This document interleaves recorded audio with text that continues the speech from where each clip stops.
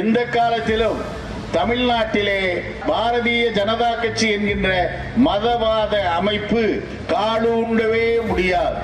அதற்கு காரணம் தந்தை பெரியார் அவர்களால், பேரறிஞர் அண்ணா அவர்களால், முத்தமிழறிஞர் கலைஞர் அவர்களால் பண்படுத்தப்பட்ட மண்தான் இந்த மண்.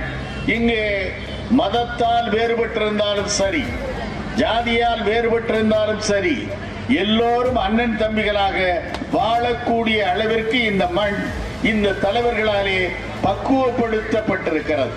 எனவே இங்கே ஜாதிய உணர்வை இனிமேல் தூண்ட முடியாது.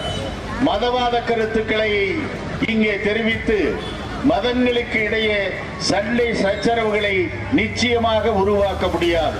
எனவே மத விரோதம் இல்லாத, ஜாதிய வேறுபாடு இல்லாத, எல்லோரும் அண்ணன் தம்பிகளாக பழகக்கூடிய இந்த தமிழ்நாட்டில், அதிலும் குறிப்பாக இன்னைக்கு 7வது முறையாக வர இருக்கின்ற நம்முடைய மாண்புமிகு முதலமைச்சர் முத்துவேல் கருணாநிதி ஸ்டாலின் அவர்கள் திராவிட மாடல் ஆட்சியை தொடங்கிய காலகட்டத்திலே இருந்து அவர் எடுத்து சொல்லிய ஒரே முழக்கம், எல்லாவற்றையும் உள்ளடக்கிய முழக்கம் என்ன என்றால், எல்லோருக்கும் எல்லாம்.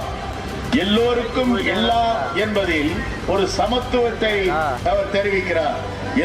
எந்த ஜாதியாக இருந்தாலும் சரி, எந்த சமூக படிநிலையில இருந்தாலும் சரி, எந்த மதத்தை சார்ந்தவராக இருந்தாலும் சரி, எல்லோருக்கும் அரசாங்கம் நடுநிலையோடு எல்லா காரியங்களையும் செய்து கொடுக்கும்.